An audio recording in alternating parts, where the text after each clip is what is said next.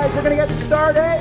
And because we have no microphones and because we've been talking all day. Ignore these. Okay, we have microphones, but that's for recording purposes later. But there's no sound system in the room. First of all, thank you for coming. We appreciate it. Yeah. You coming during exhibit hours, that's always a cool thing for us. We're going to introduce ourselves and then we'll get started. I'm Tom Vasel. I run a show called The Dice Tower, which we review a few board games once in a while and do other things. I do podcasting and video casting, so I chose one of each to be here on the panel with me. We'll start with the video. Sure, I'm Rodney Smith. I have a YouTube channel called Watch It Played. I do much fewer videos than Tom. But we teach games, and then we also try to, where possible, play them so people can see how the game works, and then hopefully make up their mind whether or not it's a good fit for them. And we also do live shows and little things on the side as well. And I'm Jamie Keagy, and I host the Secret Cabal Gaming Podcast with some of my best friends in the world. We're an entertainment show we review board games, we talk about board games, we discuss board games, Tony does the news, and a lot of monkey business. Yeah, a lot of insubordinate nonsense. That's right. None of that now. All right. Feel free to applaud anytime for me, not Tom. So what we're going to do is we're going to talk for about 30 minutes. We're going to just talk some points over. I wrote down a few sentences, and then both of these guys wrote out a few pages. Term papers. Yeah. 4 bullet points. I thought we were getting graded. I thought we were being assessed. All right. So we're going to talk about these points, and then about halfway through, we'll open it up for questions. All right. So at some point, we'll make that switch. So what we're going to do is we're going to talk about things. We kind of really just talk about anything because we're involved in this, and we've all been involved in it for several years now, and we've learned a lot of things, and there's a lot of things we don't always talk about.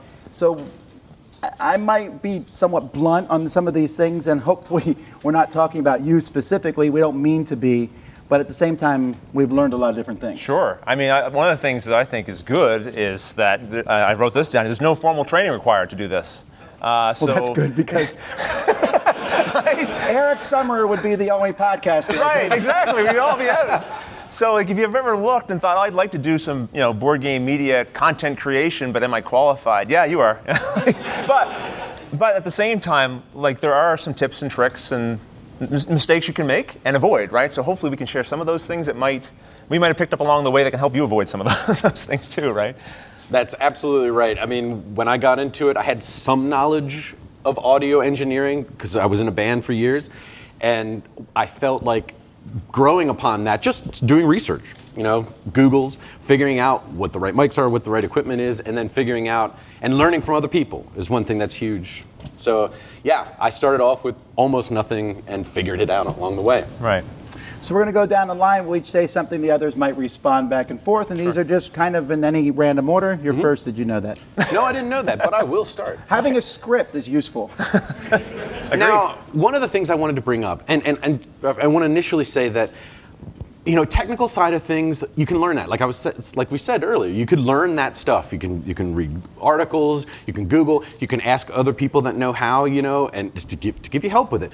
But most of what I want to bring up is understanding why you want to do it. You ask yourself what kind of a podcaster or video producer, media creator you want to be, and then you try to aspire to that. You set your bar of what you want to be, and then you meet that bar and you set another bar above that and just keep achieving it and getting better and better. And one of the main things that I did when I started the show was we picked out a couple of shows that we felt had excellent quality, excellent stage presence, good voices. They found their character, so to speak, and that was D6 Generation and Game On with Cody and John, 2 excellent shows. And those are the 2 that we said, listen, these guys are doing it right. So we listened to them. We figured out what they did right, and we figured out what they did wrong too, because not everybody does everything right. Of course, I don't do everything right. Rodney. That's true. Yeah, no, Rodney does everything right. Tom, here's the 2 sides of the coin. Thank you, Jamie. But really, it's something that you don't think about. You decide I want to do a podcast, I want to do a video show, so you just put on a camera and start talking. But there's so many other people out there that do it, and some of them do it so well, and you can learn by just watching them or listening to them and picking out what you think, wow, that really worked, and then play to that strength And you can look at the things like, oh, I don't think that worked out too well. You always know what annoys you, right? So you're like, boy, that annoyed me in that show. And then you can mold your own show to make sure you don't make the same mistakes other people did. You can even read reviews, iTunes reviews. They say like, these people, they keep saying these good things and they keep saying these bad things, and you can mold your show by just learning from others. I think that's one of the biggest things that helped me be successful is just paying attention to what others were doing and learning from them. It's a really important thing that I wanted to bring up first. Yeah. Well, I would actually build on that by saying I go outside gaming podcasts for that too. Different shows, not just podcasts, but broadcast television or different things. I'll listen and say, I like that idea, I like that concept. How can I bring that into podcasting? No, it's a good way, and I mean, one of the things you were saying, Jamie, about like thinking ahead about who you want to be and what you want to be, you're going to be faced with all kinds of big and small decisions if you're thinking about making board game media or any kind of content. And if you haven't put some thought into it up front about what it is you're trying to create and why, then you're going to be you don't have a framework for making those decisions. Instead, you'll be making those decisions kind of under the pressure of the moment. And they might not fit within whatever goals you've really set for what you want to be. So having a clearly defined sense of, I want my show to be X, Y, Z, whatever it is. It's kind of almost a philosophical kind of loosey-goosey thing, but it's very important, right, to figure out what it is you're trying to create and what's going to bring you satisfaction when you do that. And I said, Tom brought it up, and I'm so glad he did, that going outside of board game media, and it might not be your thing, and it's probably not Tom's, but Howard Stern I'm a fan, and so is Chris. To be clear, yes, it's not. Yeah, I'm a fan. But you cannot argue that he is one of the greatest broadcasters that ever been. You may not like what he says, but he's an excellent broadcaster. He's an excellent interviewer, and he knows how to generate an audience. He knows how to have a presence. And I learned more from him than even those other shows or anybody else, just listening to him. You could do anybody. You could Rush Limbaugh, anybody that's your thing, that's a good broadcaster. Listen to what they do and understand how they do it. You can figure it out, and that's one of the most important things. You'll learn so much by just listening differently than just listening for entertainment. Listening to them as artists, really, and how they do their craft. All right. Well, my dad raised me to, when I walk in a building, to take my hat off, and yet here I sit with a hat on. All right, and I wear a hat in my house when I'm doing video reviews. But you know what? When I'm not doing a video review, I don't wear a hat. Why do I wear a hat? Because it just evolved into that, and that's part of my shtick. I have multiple shticks, dropping the components on the table, the gavel, shut the door, deliberately mispronouncing Drizzt. Okay?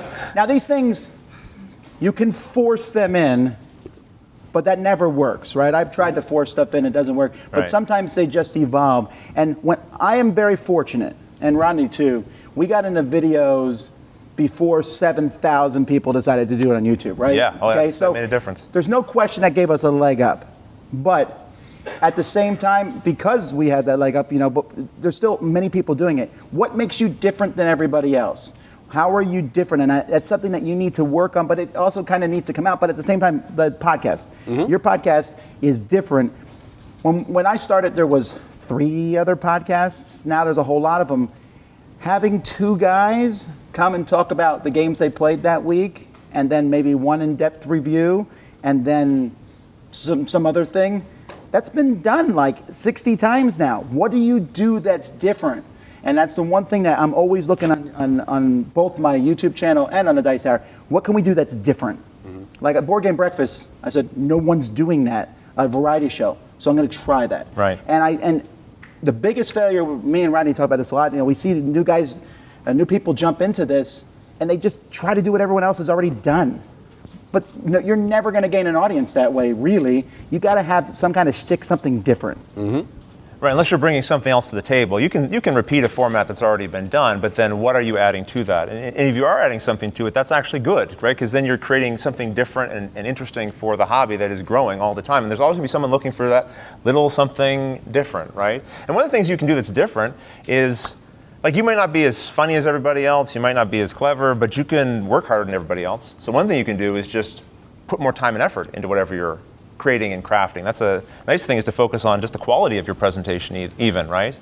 Because some of those other skills are things that either come naturally or don't to you, right? But the effort you put into it, I think an audience watching content appreciates the sense that the person who's creating the content has put some effort into it, right? And they'll see, oh, this person cares about it. It makes them care a little bit more too. And if you're creating content about board games, for example, publishers like to see their content being presented in a nice way, like to see their games being presented in a nice way. So one way you can distinguish yourself is just the amount of effort you put into it. If you're working harder than the next guy or next girl, then that will stand out to people, I think. And Rodney is right on target there. And with really to stand out from a lot of people, and I know it sounds stupid, passion and enthusiasm are two things that not everybody shows in their videos and their podcasts. Not everybody does. And it's something that you don't think about. And a lot of times it's nerves. I'm nervous. Like I don't have the character I want to, I'm talking real quiet. If you listen to our first show, the Secret Cabal's first show, and you listen to the one that we just put out, they're different. Because you probably shouldn't watch anyone's first show. Right, exactly. They're different because we're subdued, we're quieter, we don't get fired up about things. And when we started to find our footing with it and started to get comfortable with it, that's when we just started being enthusiastic, we started being passionate. And when that started to come through, like that's when people started to, it's infectious, right? Like you're excited, you're happy that you're listening to these guys that are so in love with board games and they want to talk about them for 3 hours, And really that is something that's different because not everybody does it. Even when they get comfortable and they find their footing, sometimes they still don't add that. You don't have to go over the top, but it has to be there. And if you love the games, it's in you to do it, right? To really talk like you're talking to your friends about how much you love games. And that becomes something that's infectious and people want to listen to. You'll be more successful for it. And that is something you can actually work on too. I don't know, has anyone here heard of John Gets Games? He's a reviewer, right? And I was looking at his content and I went back to his first video and it's just hands on the table. Right, and then his third video in, suddenly the cameras, he's used the iPhone, I think, early on. He's now got his face on there, right? But he was talking kind of quiet, a little more subdued. And then by his sixth episode, now he's smiling and he's found his rhythm, right? Mm-hmm. And now he creates some of the best looking reviews that I've seen out there, right? Yes. So here's somebody who, again, and it took him a few episodes to find that thing, right? But his trajectory is here, in my mind, right? Because he's working hard, he's developing his skill, and he found the way to express the passion that made him comfortable, right? I wouldn't say it was there right out of the gate, but he found it very quickly, and that's something that you can also work on, right? Which is a good thing. One of the things that I most often get asked is, what equipment should I have, right? What do I need to get started? And I will answer that sort of, but the thing I always say in response to that is just work with what you have to start with. And I'm not advocating that you make bad-looking videos. In fact, I insist, please don't. We have a really cool hobby, right? And people will look at your content, and your video might be the first one they see when they Google YouTube, and that might be their first real exposure to the hobby. So you have the opportunity to open things up. So I think making the content look good is important. But the reason why I say start with what you have is because you might record for a weekend and all your free time, and you're really excited about what you've done, you put it online, and after a month, you've had 10 views and one comment of some guy saying, good job, you big nerd, or something, right? That's not the word you use when we talk about this book. That's actually pretty nice. That's probably the nicest, yeah. I'm toning it down for the crowd here. But you might walk away from that and go, okay, that wasn't quite what I was looking to get out of creating content, right? So if you go and spend a whole bunch of money first, right, you might be like, okay, what have I done here? So I generally recommend do the best you can with what you have and discover whether or not this is something you really want to do again and again and again and again and again. And there's lots of things you can do for free, like find the best lit room in your house if you're doing video and shoot there. If you've got an air exchanger running, make sure you turn it off. If you've got laundry behind you or old garbage stuff, just clear that out of the way. And I say that everyone should know that, but not everyone thinks about that. They're thinking, I'm the front and center, and so I'll point the camera at me and we'll be fine, right? But there's all kinds of little things you can do. Put a tablecloth on your table, whatever it is. Hang something behind you, just a simple cloth. They used to have the purple tablecloth and the green screen behind me, right? And everyone said you're shooting out of Hulk's pants. Yeah. So you can just do little things. I was working within the means and resources that I had at the time, which wasn't a lot, right? But I was doing the best that I can. Again, I think that will be something that stands out for people. And you'll also learn, what do I really need? What do I need most first? And maybe it's not the camera, maybe it's lighting, maybe it's something else. So to more practically answer the question, if you're doing video, then yeah, a digital SLR camera or video camera, whatever your preference is. The main thing is some kind of flip around screen, I find, because I shoot by myself, so I want to be able to see what the audience is going to be seeing. You'll want a remote, because you don't want to be getting up and down to hit record and stop recording. That's a big deal. You'll eventually want decent lights, a lav mic or something like that. But I would just, again, build on your strengths, find the things you need, and then go from there. And even more so, when you're getting these things, it's usually progression, right? Yes. Like, let's say you want to do video editing and you say, I'm going to start with Premiere. Well, have fun. Because that's a very complex program, and it gives you a lot of things. But when you move up and jump up to more complex stuff, like, I don't know, what do you use for audio? Do you use Audition? We use Cubase. Cubase, okay. But at the higher ones, they can do a lot more, but they also take that much more. Like this here, I really upped the quality of my microphones, and yet my sound went down. Okay, now we're slowly bringing that back up, but that's because these better mics are harder to work with. You're better off using, at the beginning, cheaper stuff that's easier to work with. Yeah. Yes, Rodney's talking about good quality equipment. You don't need that right off the bat. And I have slightly different opinions about that, but I think we end up in the same spot. Here's something that we did with our show, and I mentioned earlier how our first episode, if you listen to it, we don't sound as good. Well, you should have heard the real first episode. Yeah. We did 4 of them before anybody ever heard of us. And I think that is something that's so invaluable to do, and so many people would forget to do it. Pilot episodes. We did entire episodes. I think we reviewed Citadels and Survive, Escape from Atlantis, and these things that no one ever heard because they were so bad. We created our format. And then we tried it, and we were really horrible. And then we did another one, and then we did another one. We did like 12 hours of content that never hit never hit anybody's iPod or whatever, because we wanted to learn how to do it. And we got plenty of opinions. We were like, listen to this. What do you guys think? And people gave us different opinions, like, oh, the review doesn't sound right in this way, and the discussions are kind of boring, and so on and so forth. And that's the time when you can find where you want to be and what kind of equipment you want to use, and how you can edit that podcast to make it sound well, and the post-production things you can do. You can figure all of those things out, and no one's ever going to hear it, because one of the, I mentioned earlier, the very important thing is passion and enthusiasm. And another thing that's hugely important are first impressions. Because if you put out something that's really bad, bad sound quality, you got your Logitech headset on and you plug it into your computer and you start doing a podcast and it sounds terrible. You put that out there, you get 20 people to download it. 2 people subscribe, and then that second person unsubscribes a little later, so you got 1 person at that point. But if it sounds fantastic, because you put a little bit of effort into editing it and putting a little post-production on it, because you Googled how to do that, and Audacity has some filters you can put in there to make it sound good, you figured that out because you took some time to do some experimentation before you started, and you found your footing, and you found what technology you wanted to use.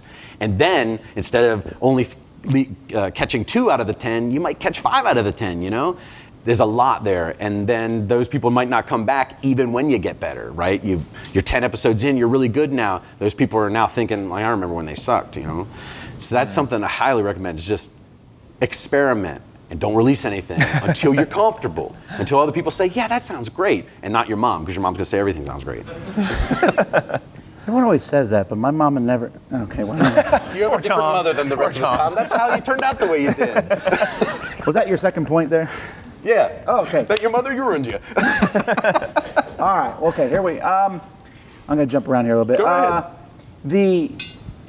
You get your podcast video cast started, and you put it up on the internet. You feel it's pretty good. It's different, and you get 20 downloads on YouTube. You get a few downloads on your podcast. It's just not gonna hit with a bang. I mean, people think, oh well, if I get a big name designer or that interview, it's still not gonna happen. For sure, it takes a while to build these things up. So you want to promote yourself. You want to get more people to do it. And that's where I think a lot of times people fail, and one, they get discouraged. And I cannot emphasize enough. I YouTube is very nice at keeping stats for you. And I can see the stats when I first started in 2008. And I was like, wow, if I got those stats today for an hour, I would be unhappy. And that was for a day, of every, of people watching the videos. So it's easy to get discouraged, but it's also easy to go off the other end sometime. If there's anything I personally can't stand is if I like to read reviews, movie reviews usually, like a movie review. And I'll read the movie review and then I'll read the comments because I like to see what people are talking. And the first comment is always invariably, what a good review. Here's my review.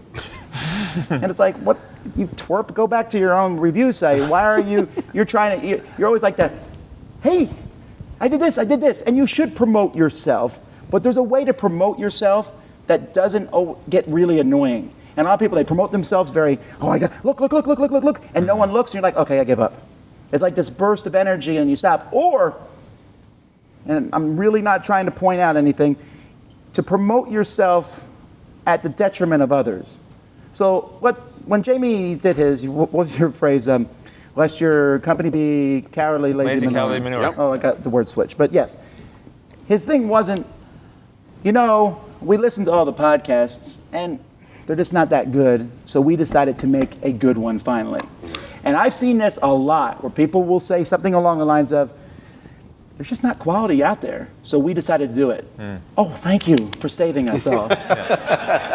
Right. And when you come out the gate and you're promoting yourself, we're a fairly tight-knit community of reviewers and stuff. And, we want, if you only listen to one podcast, listen to the Dice Tower.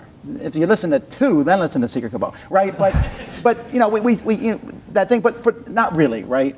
We want you to watch each other's videos and stuff. Sure. But you can easily alienate everyone in the review community by putting them down or by just saying, that was a good review, thanks for that thing, Rodney, now watch me.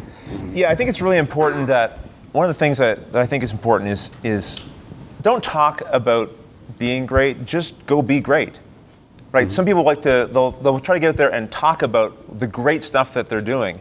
Just go do the great stuff. People will decide whether it's great or not, and then if they like it, I think you'll find they will share it, they will promote it. And also, you talked about you do something and someone else might try to jump on your bandwagon or whatever. That's okay, except build relationships first. Get to know Tom, get to know me, get to know whoever. And what I think you'll often find is that other media creators like to share other media creator stuff. I get excited when I see somebody else, like I was just talking about John Gets Games, right? I see what he's doing and I get excited about it. Now I'm in front of you guys talking about it. He didn't ask me to do that, right? I'm excited to see someone else doing good content, right? And so I think it's important.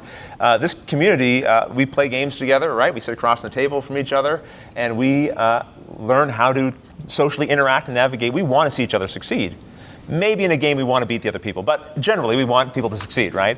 And so I think that's true also in board game media for the most part. But if you're using social media or other avenues to express your dissatisfaction with your progress or whatever, that creates you're painting a picture of yourself there. That might not be the first impression or whatever that you're trying to create for somebody else. Because I've never seen this person before, this media outlet before, and my first impression of them is that they're begging for me to share their stuff. Because, you might like this too, You can do that in a way that doesn't put people off, right? Because when I met Rodney for the first time, he emailed us and said that Chris was right and the rest of us were wrong, which is outrageous. But he just said, listen, I've been listening to your show, it's great. And he commented about something we said. And then we didn't talk to him for 6 months, and finally we found the email. And listen, we talk to each other like people. Not like Rodney was begging for us to talk about his show on our show or vice versa. Yeah, we became friends, right. And then we started sharing each other's stuff because mutually we loved each other's material. And we wanted to help each other. Yeah. And, it's funny, and this is kind of going a little bit in the opposite direction, but it's positive. You said we all want to help each other. We all want to share each other's content. That's absolutely right. We love it. But there's one thing I mentioned earlier, that when I watched listened to other shows, podcasts, and learned from them, technically what I was doing was I was competing with them. I was saying, D6 Generation, Game On with Cody and John, I love those guys. They do great work. I want to do as well as them, maybe even better. Competition is a very valuable thing. And it can't be a negative thing. It doesn't have to be a negative thing. You can make it a negative thing, and you could be a total jerk, but it doesn't have to be a negative thing. It's healthy competition. I want to do the best I can be, and I want to beat those guys. I don't want to like trounce them into the ground or like, ha ha ha, I beat you. Not that. I want to try and do the best I can do. So I got to set that as my benchmark. My benchmark is D6 Generation. My benchmark is Game On with Cody and John. I want to be as good as those guys, maybe better. That's healthy competition, and it's an important thing because it motivates you to be better. 100% agree on that. I do that all the time. I'll be like, all right, guys, so-and-so reviewer got this review up before we did. All right, let's do it. Look what they're doing here. That's working really well. I can't believe that. Why didn't we think of that first? Let's be better. Let's be the best. Not, again, to crush them or anything, but it motivates me. I'm really motivated by that. Like, I'm really striving to keep my download numbers above his. It's starting to really... He's on my heels, and it's driving me nuts, right? And we're like, all right, These guys. we got to be better than that. And when he says that, it motivates me to get more. But it's, it's not like if he did pass me, it wouldn't be like, guys, Oh, he's off the network now. Yeah. right, with him. Right. I mean, or even just like when I meet him, I'm, hello, Jamie. That whole type of thing. No, but at the same time, it's almost like a game for me. When I play a game, I want to win the game, but I don't hate the other players I'm playing with. It's the same thing. Exactly. Yeah, that makes sense. You don't compete with anyone. I think aspirations are great, and that's what you're talking about. You aspire to something, and you strive for that. One thing I would say about setting goals for yourself, though, I like to set goals that I can control. I'll notice some people will say, like, I want to have 1,000 subscribers by the end of the month or whatever. Well, you can't really control that. What you can control is, I want to put out 5 videos this month that I feel are the best versions of what I'm capable of doing right now. That's actually something you can accomplish, because that's totally within your control. And then you can follow through and you can execute on that. At the end of that month, you can go, I succeeded. Now what am I doing next? Because, and if you're doing a good job, you're working, then that other thing will take care of itself. And so I like to set goals that I think I can control, rather than like, because then at the end of it, if I don't get those subscribers, now I'm kind of like, oh, I didn't do it, and I'm down on it, right? So I like to set things that I have control over, right? One other thing I'll just say, it kind of builds on that other notion we talked about, like knowing why you're doing what you're doing. You mentioned that, Jamie. Mm-hmm. When I first started, I actually got really detailed about it. I had a couple of like high-level reasons, like I want to teach people how to play games. I want to lower the barrier to entry. I live in a little town in the middle of nowhere. I wanted my show to hopefully help me connect to the larger gaming community, like all you guys, right? But I also got very detailed. I actually wrote up a whole document of rules. I called it Rodney Rules. Rodney's Rules, or the guiding principles of Watch It Played, right? Like, so after my first series on Mansions of Madness, I decided I'm going to do Watch It Played. I wrote out almost like a bunch of commandments for myself. And I did it too. Did you really, Jamie? Yes, I did. Well, Tony and I had a meeting with Brian and Chris. Steve wasn't in the show at the time, and I had a proposal.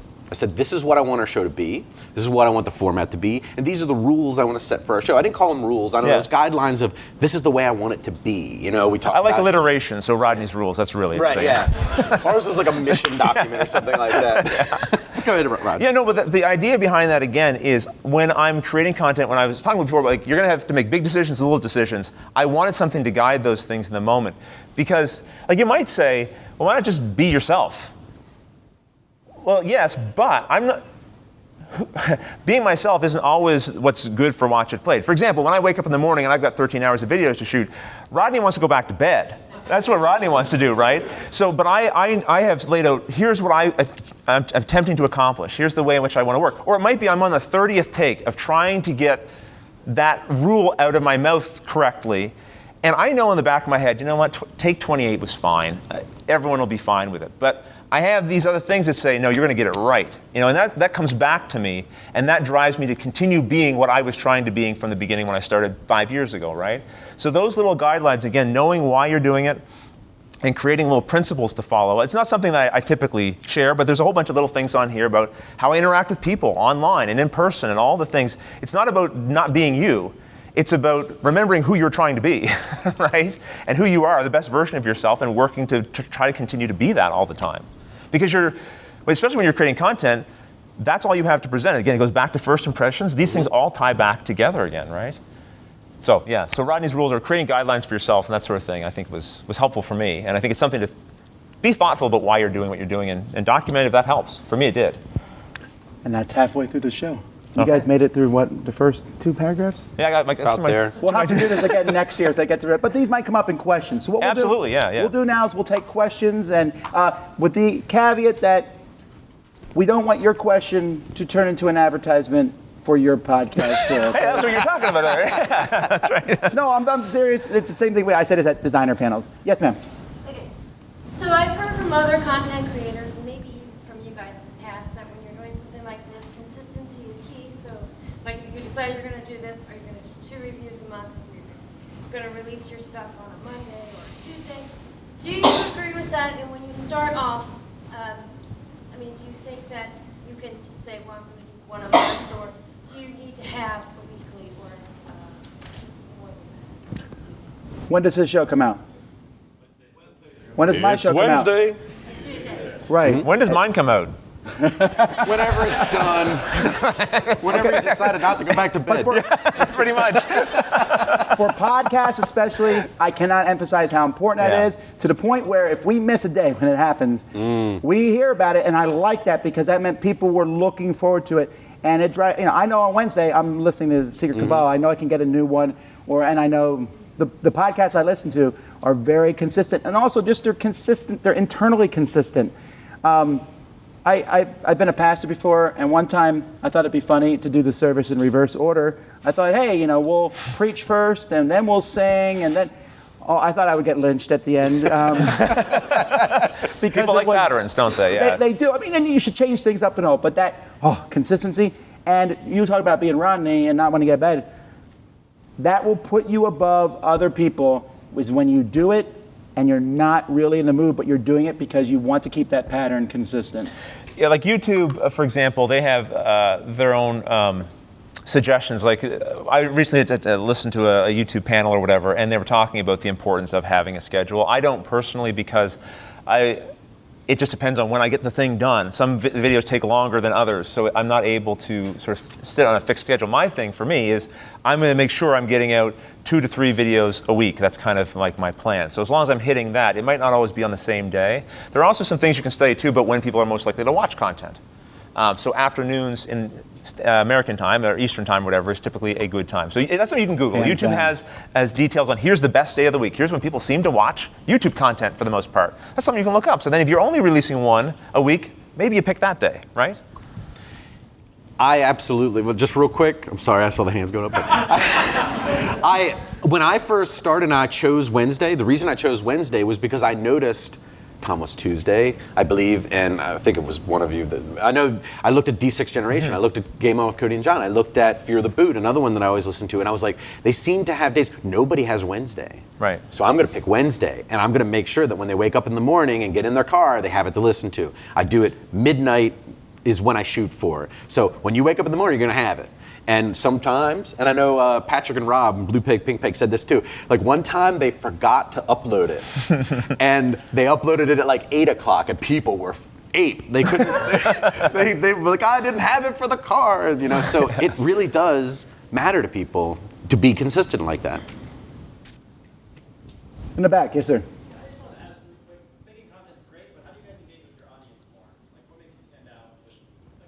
Well, I mean, for me, one of the things I decided early on, this goes back to those principles again I set for myself. I watched a lot of content on YouTube, and one thing I noticed is you don't often get replied to if you leave a comment. And it's not feasible once you grow to a certain size, but I really wanted, if someone takes the time to make a comment on one of my videos, I will reply to it personally. And so that was one way that I felt was important. I wanted people to know if you're taking a second out of your day to say this content matters to me and that's the comment, I want to comment back. And I usually get surprised replies after that. Oh, I didn't ever expect you to comment, right? Because that's not normally what you do, right? But again, we're a gaming community. We're always interacting with each other, engaging. So for me, I wanted people to feel like they are sitting around the table in Rodney's basement watching a video, and he actually cares that they're there. Like that was important to me. Because I do. It's what allows me to keep doing what I'm doing. I don't think I can physically do that at this point with the amount of comments. It's not for everyone, too, I should say. Like, there's other ways you can do it to and engage. I also believe there's a danger in getting so caught up in the whole Twitter, Facebook, YouTube comments and such that you actually don't do. People say, how do you get so much stuff done? I don't do as much of that little stuff. However, it's something I'm working on. Just pressing the like button on a tweet, I learned makes people really happy. For me, a lot of it is at conventions themselves. If someone comes and talks to me, I really go out of my way to talk to them. It's hard to say something different to 100 people, but I try to. At live Q&As I found are really helpful in that regard because you're actually really answering people's questions. It's a balance, I think. It's because you can't do everything. But when you're starting out, it's a really good step. Like if someone engages you, engage back and do it quickly and be sincere. Like again, the only reason I'm able to do what I do now full time is because other people are interested in it, have an investment in it, and so I am constantly in a state of gratitude all the time that anyone is paying attention. And so if you just have that in your head, it's like, okay, this is nothing for me to just say thank you or whatever it is, right? And it means so much to everybody else, and it means a lot to me that someone was interested in the first place. So especially when you're starting out, it's a great thing to do because you won't have 1,000 to reply to all at once, right? One good tip that I learned from Tony is that you go on your forums and you search your own name. Right, Tony? Do you have saved searches? That's in my BGG hot links. There's a search for Vasel spelled 3 different ways. So that's why you're always commenting on anything that's said about you on my forum. Yes. No, but one thing that I do, and listen, I could get better at what Rodney's talking about, commenting on things. I try to be active on the forums, but I could be better at that. But exactly what Tom says, I can't spend all my time doing that or you won't get podcasts. But one thing I do, and is I try to create the events. Like we come to the Gen Con and we come to Origins and we try to make those events where everybody can come. And I try to invite everybody I can, Rodney and Marty from Rolling Dice Take Names, all these people that are our friends and that you guys might want to meet, like listeners might want to meet. And put these things together so everybody can come and have a great time. And I try to make it not gaming oriented. So it's mingling and meeting each other and meeting these people that you might not have the opportunity to meet any other way. So that's one way. I know that it's just twice a year, but it's something that I really take a lot of pride in, and it helps. There is a danger, though, in a death spiral of internet fighting, in a sense. Okay, someone will say, "Hey, I hate your video," and you say, "Well, we politely respond." Well, I hate you. No, I'm not just talking about that. That's the don't in this do's and don'ts session. That's right. Sometimes there will be a discussion that starts and it just goes on, and sometimes there are times to just let things go. Mm-hmm. There are people who show up on our forums and show up on YouTube comments, and they are there to fight to the bitter end over something extremely important forever. And sometimes it's just going to be a waste of your time. I started writing out really long emails before, and I'm like, you know what? This is just a total waste of my time. It's also draining me. I'm getting upset over what the people are saying. This is time where I just let that comment go. So number 5 on the Rodney rules, a little sneak peek here. Like one of them I said is, I don't know the person behind a negative comment. Kindness is always the best response. I don't know. The person who's saying this thing that I'm like strongly reacting to, they could have just been fired from their job. They could be a 6-year-old kid. I have no idea. But in my head, I imagine them being a peer. And I can internalize it that way, but I have no idea what they are, and who they are, where they're coming from, or what just happened to them.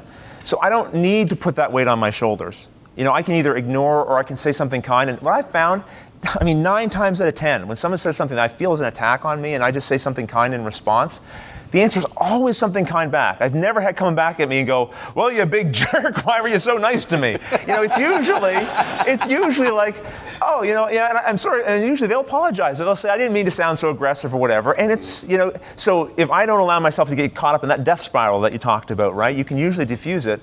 And I think, again, you build a bridge there, right? That's a good thing. All right, pick a question. Question, right here, second row. Yes? How do you guys prevent dead air on podcasting? Is it clever editing? For me, it is. Tony, how do I do that? When you're thinking, I edit it out. You got to do some editing, because sometimes it happens, right? Like sometimes your mic screw up. Sometimes you fumble over your words and you're like, I can't even get that word. So you're like, oh, and you say a bad word. You edit. Editing is very important because there's podcasts that don't edit, and you can tell because there's a lot of pausing and there's a lot of slow, and then they're like stumbling over their words and things. You can edit that stuff out, and it's part of the dedication of doing it. If you want to do it, you probably should be doing it right. And people want to hear quality. They don't want to hear a bunch of ums and ahs constantly. Now, ums and ahs are going to happen, and all that stuff is going to happen. and you get better at it as you do it over the years. But initially, like, do some editing. Go in there and just chop it out. And as a matter of fact, if you edit a lot, you start to see what an looks like on a waveform. And you say, that's an boom, it's gone. Well, and you start to learn not to do it too, because you had all that work of editing it, you start to practice not doing it. Yep, chop it out. Well, editing dead space is actually the easiest thing, because when you look at the thing, there's no talking there, cut it out. Now, you can go too far, and I notice some people's styles, but when the person says, and then I went to the store, and they edit out every tiny bit of space, and this happens on my show a lot, because I'll say you have 2 minutes, and they're like, well, I'm going to do 6 minutes, and I edit it down to 2 minutes. Yeah. You really notice that, and it's hard for people to kind of, breaths are good. And it's not about like creating a fake bit of content. Like, I'm not able to speak as good as my edited version of myself, right? But it's about, for me, it's about respecting your time. So if I've made a mistake or I've got too much dead air, I want to clip that out so you're spending less time watching my video and more time getting to the table and playing the game, right? So it's about, I think, again, respecting the audience that's trying to watch your content, right? Good question. All right, pick one. Your turn. Your turn, Jamie. Alrighty. Tom, you're a fan of mine, so I'm picking you. Good ribbon, by the way. Yeah, I'm a fan of all of you. You guys all work with friends to a various extent. Pep and Sam Sure. and Zena, Eric and Hey, Pep. me, Chris and Brian, Steve. Where do you draw the line between like associate and friend, boss and friend? Do you have contracts with your friend? How do you keep that relationship so good without being the bad guy, the boss, or whatever? Okay. When I first started the Dice Tower, my co-host was Joe Stedman. I don't know if anyone remembers that era. But when we first started, he said to me, we'll both be equally in charge. Either one of us can veto something. And I learned in about 22 seconds, that's not possible, okay? I stuck with it. When he left and Sam came on, I just explained very clearly and kindly that Sam was the sidekick to my show host, because that's the way it had to be. Someone has to run the show. Sometimes people end up liking the sidekick more, that's fine, but there has to be someone in charge. Now, I'm in a very different position now because I'm paying them and it's employer-employee, and it's tough, but you have to basically take charge and say, this is the way things, and you have to be a jerk about it, but there are times you have to make those decisions. When friends get together, even if it's like a dual podcast, someone has to be in charge. There can't be multiple chiefs. It will not work. It started off as we were all just friends doing this, and it sort of just grew to me sort of leading the thing. I brought it to the guys, and I took the responsibility of editing, and I took the responsibility of just handling most of the stuff. We're very open with each other, and if anybody ever feels like they're not being heard, like Tony, and I hope you don't mind me saying this, but sometimes Tony says, listen, I feel like I would like to be heard more, like I would like to be involved a little more, and I'm like, I'm sorry, man, like I'm just going and doing my thing, and I'm trying to include as much as possible. So we try to get together and we have meetings and talk about things. And one of the things that I said to the gang when we started, and as I was like, I don't want any of you guys to ever find this to be a burden. So I'm going to do things, and I don't ever want you to do more than you feel like doing. So just do what you want to do. And if you're not doing it, if you can't spend time doing it because you're busy, fine, I'll do it. I'll just take it and just do it because I want this to be fun for you guys. And that's been successful because I'm never asking someone to do something they don't want to do. And if they just don't feel like it, they don't feel like it. And I'm happy with that. And guess what? Most of them do a lot of work. Tony puts a lot of work into that news. And Chris puts a lot of work into a lot of the all-fair stuff, like our pint glasses and all of our merchandise and stuff. He took that and ran with it. And Steve's getting really involved these days. I just delegate a bunch of work to them and say, here, you want to take this? And they're like, yeah. And then we have meetings, and it's worked out thus far. Make sure you're compatible. It goes back again to that thing about, like I say, have some rules, have some guidelines, know what you're doing, and make sure they're on the same page. Like me and Pep are navigating those waters now, because he's coming on and doing more, right? And so we're trying to figure that out. And Pep has his own style, his own design, and we're different, and it's working for the show. But Pep's always been really good about going, yeah, I might do it this way, but in anything else outside the show, him and I might knock heads over something. When it comes to the show, Pep goes, if this is how we're doing it, that's how we're doing it, right? And because I've been the one who's invested the 5 years into it, right? And so he has an understanding of that. And I think you want someone who's coming on board with a partner like that. And over time, that relationship might change and rebalance out or whatever. But it's important that you choose someone who's going to be compatible with what you're trying to do. Yeah, good question. Oh, man. Yes, sir. You talked a little bit about negative, like bad promotion and over promoting yourself. What are some ways that you can promote yourself in a positive way that doesn't come off as annoying, especially in an environment like a big convention? In a convention, I know for me, when I was first starting, it was about trying to go around and talk to publishers and make relationships that way, and that's challenging. Like, how do I even talk to a publisher? You know, and that's something, I'm not sure the exact answer to that still. I'm still bad at it. Yeah, like I'm still bad. But it's kind of about going out there and saying, hey, here's what I do, here's what I'm trying to do. You probably don't want to approach FFG on your first day, honestly. Like after I did my first video for Mansions of Madness back in my unfinished basements, which is where I still am, by the way. I thought, oh, this is great, and I contacted FFG and I said, don't you want to work with me? And they were like, this is really cool what you're doing, but no. And I could have looked at that and said, well, screw you, you don't realize what I'm bringing to the table. And I could have, but instead I went, I'm going to keep doing this until such a time as FFG saying, hey, watch it, play it, we want to work with you. Like I took that as inspiration as opposed to something to be angry about or to be bitter about. And that's something else to be careful about it's easy to get down the dump sometimes if things are going exactly the way you are. And to be careful where you put that as well on social media and things like that. But promoting yourself, again, it's about building relationships, I really think first. Build relationships with people that you like. Again, I reached out to the Secret Cabal because I love listening to their content, right? And so I made efforts to get to know them and talk to them, and we became friends. And so it's an effortless promotion or whatever. It's really just sharing things we like, right? And that, I want to say, that's exactly right. That's what I was thinking this whole time is build the relationships. Twitter is an example.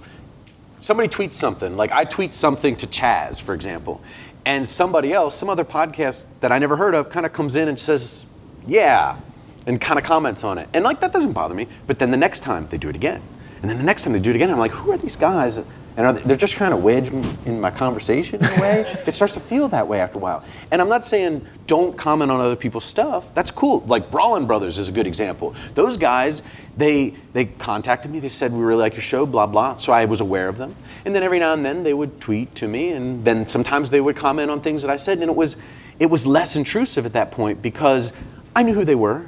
I was aware of them at that point, and then we sort of built a little bit of a relationship, and now it's gotten to the point where I'm buddies with those guys. So, you know, start small. Don't just all of a sudden bull in a china shop, come right in and bust in, and now I'm on the scene, and I'm talking to all you guys like we're buddies, you know, because it puts people off, you know. It takes time, it really does, and consistency certainly helps. Being consistent and doing stuff and not worrying about if people are watching something or not. When I first was promoting myself, I didn't know what to do. I went to Origins and I got in an elevator and I handed the guy a business card and said, listen to my show. And that actually worked that time. But I mean, I thought of ways. I bought magnets, I bought ribbons, I did whatever I could in my means. But the thing that worked was, again, it's networking. And for example, the Secret Cabal didn't come across my radar at first. They said, you know, there's a lot of podcasts out there, but someone mentioned them, and then someone else mentioned them to me, and someone else mentioned them, and then I listened to them. And then, for example, you just gave John Gets Games some promotion here. Maybe no one heard of him, but because you knew him and you watch his stuff and you mentioned it, and that will happen, right? You slowly will build your It goes back to that thing about you don't have to talk about how great you are, just be great, because then people will talk about what you're doing because they're excited. But also, I think it's good, find other people who are maybe at the same place you are at currently. You know, other people are also if you're just getting started, for an example, if there's someone else also getting started, find them, talk to each other about the struggles you're having, like what tips have you found out, and then you can kind of help each other, and you're developing a relationship because you're kind of on your peers at that point, right? And then, like, I find there's waves of, like, when I first started, it was like Tom Vasel and Scott Nicholson, and then, like, there's a little generation that came in, it was me and the Cabal and some other people like that, and now there's, like, new generations of media creators who are coming in, and you network with one another because you're kind of at the same place, and so you're able to share information with each other and kind of figure things out, and I think it's helpful to network that way. And again, you're building those relationships, and then your content sharing is more natural and sincere, which is, again, what I think people want to see, sincerity, really. That's your podcast. What? Dead center there.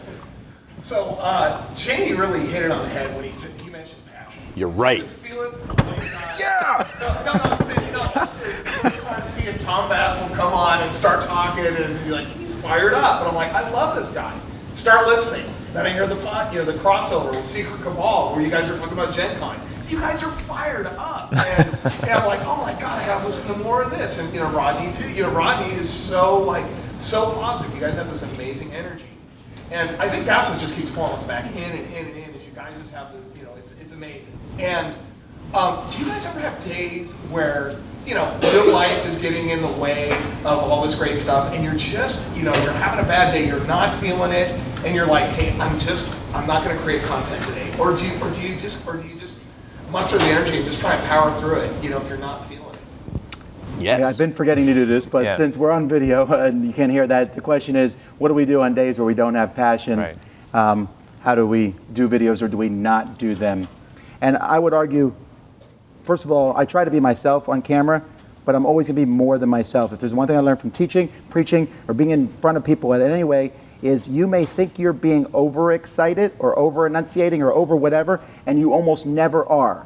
I mean, I see a lot of passion in people, but I've never thought anyone is over the top, except maybe Forrest Bauer.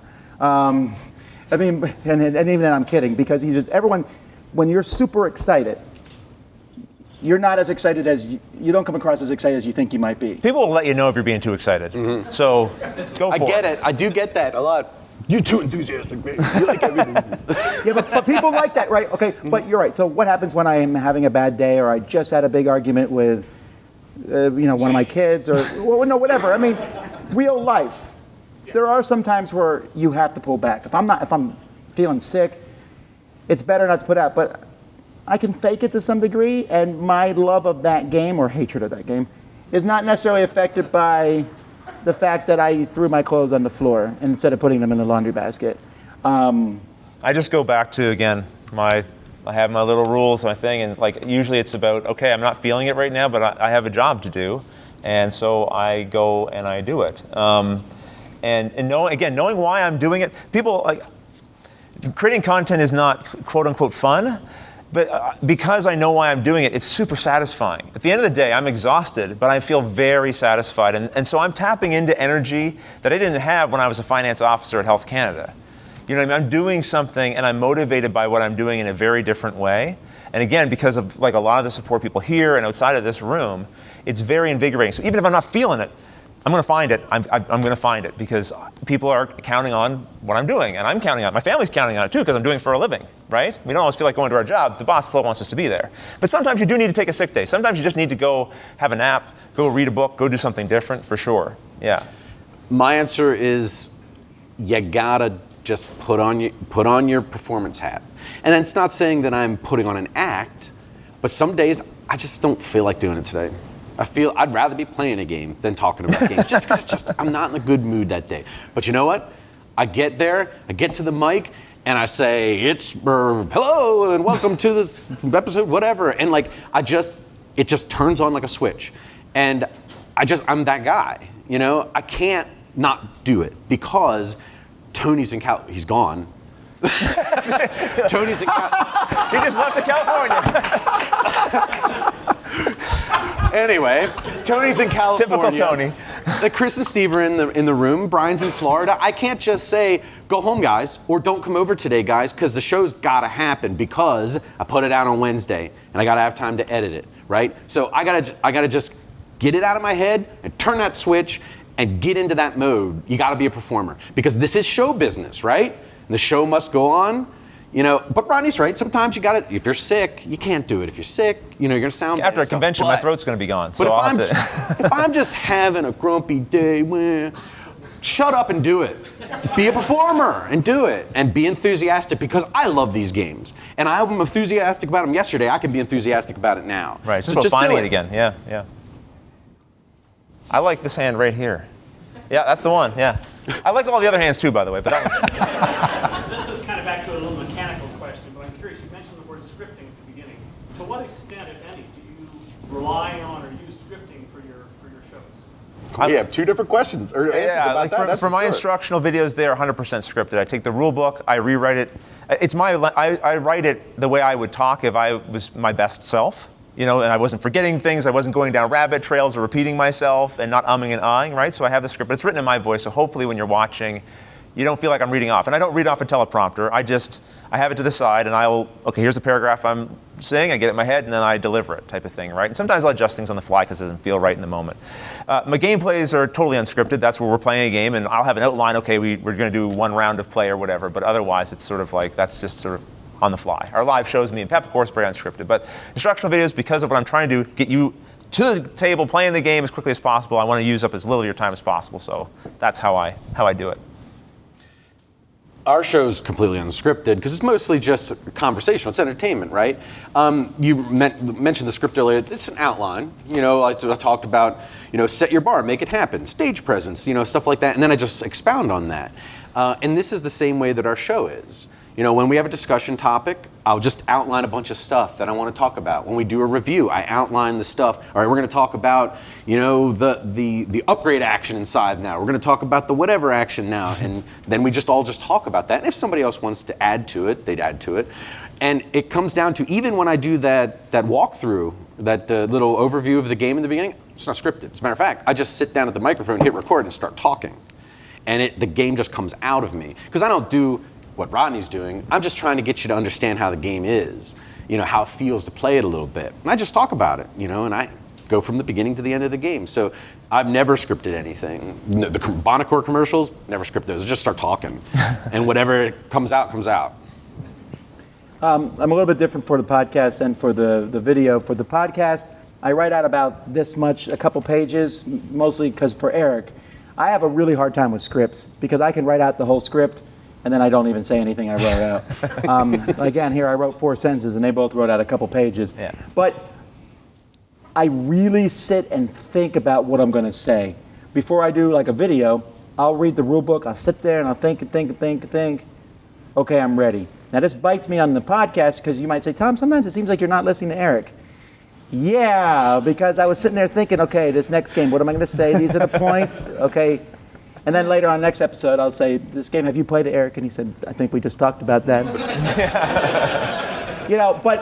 But that's just what works for me.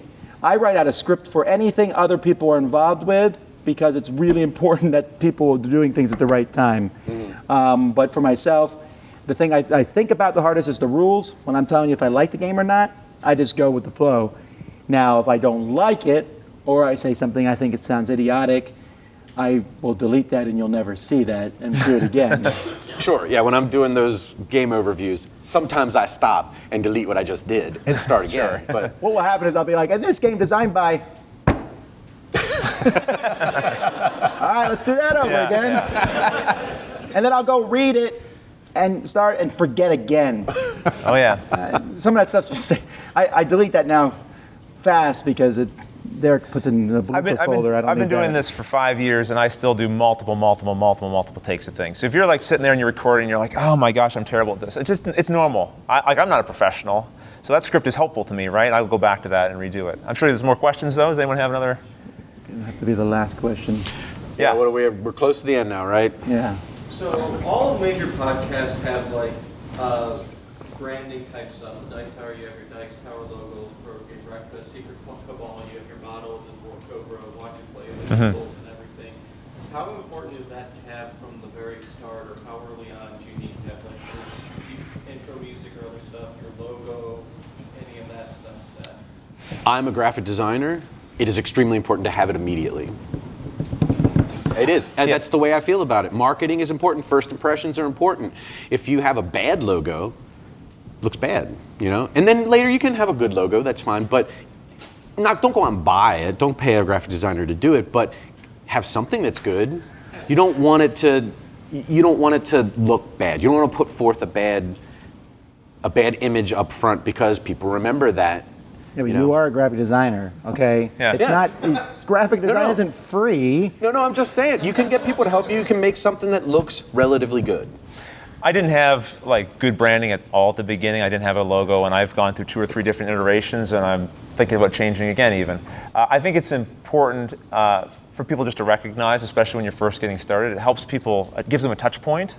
Like watch it played and they see a logo or they see it and they go, I recognize that thing, or whatever your thing is that you're starting. How important is it? I didn't need it to do what I was doing, but I think it enhances it. So the sooner you get there, I think the better. Yeah, I don't know that it's important to have it from the get-go because we didn't have one. We didn't even have our name. But it's different. We had it different though because there wasn't like 100 people doing it. So it was a little different for us. That's true, but I listened to your show for many episodes and I didn't know what your logo looked like. I knew the name, Right. but as time went by, I got a logo and I didn't like that. I changed it to the one I have now, and even now I'm working on a new logo of sorts. This is But where we're now learning too, right? Now I'm putting a lot more money into that than I did before, but I didn't have a lot of money when I Right. first started, like any. And my graphic design involves me taking some pictures and merging them together. That would make you cry. Yeah. Yeah, I would. That's not graphic design. That's paint. That's MS Paint. Well, unfortunately, we do not have any more time.